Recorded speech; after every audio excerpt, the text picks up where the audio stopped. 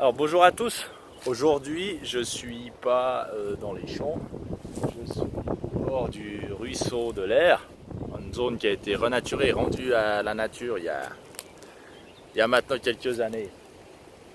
Alors pourquoi je suis là?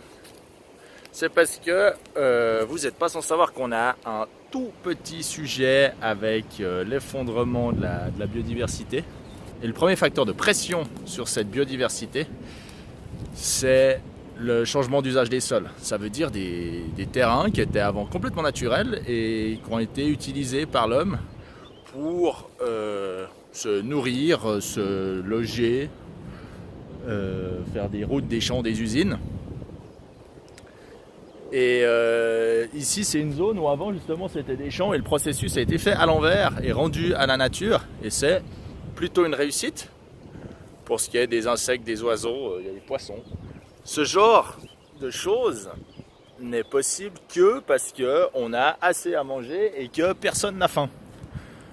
Qu'on a assez de place pour se loger, qu'on a assez de place pour nos loisirs aussi. Alors ça fait partie des loisirs, c'est vrai.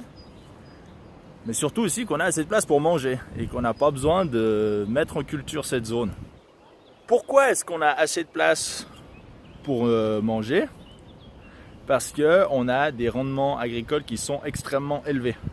Comment on fait pour avoir ces rendements agricoles extrêmement élevés? Eh bien, certes, il y a les tracteurs et l'amélioration variétale, mais aussi et surtout les engrais et les produits phytosanitaires qui nous protègent des maladies, des ravageurs.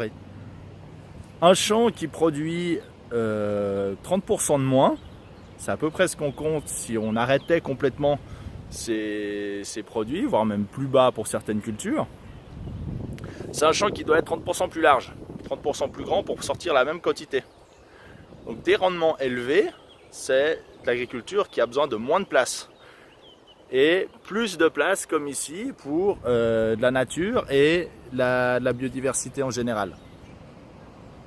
Donc c'est clair que si on décide d'arrêter tous ces superbes aides qu'on a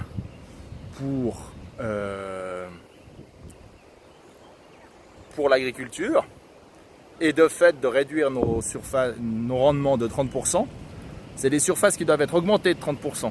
Si ce n'est pas chez nous, parce qu'on décide que non, on veut continuer d'avoir nos quartiers de villas, nos usines et également de la forêt, des zones naturelles, ce sera chez les autres. On peut décider de la pertinence de ça, mais des rendements en moins, c'est des surfaces qu'on a besoin en plus, et c'est des surfaces qui sont en moins pour la nature et pour la biodiversité. Donc voilà, pensez-y quand on vous proposera d'interdire complètement l'usage de ces produits qui permettent à l'agriculture de prendre moins de place et de laisser sa place à la nature.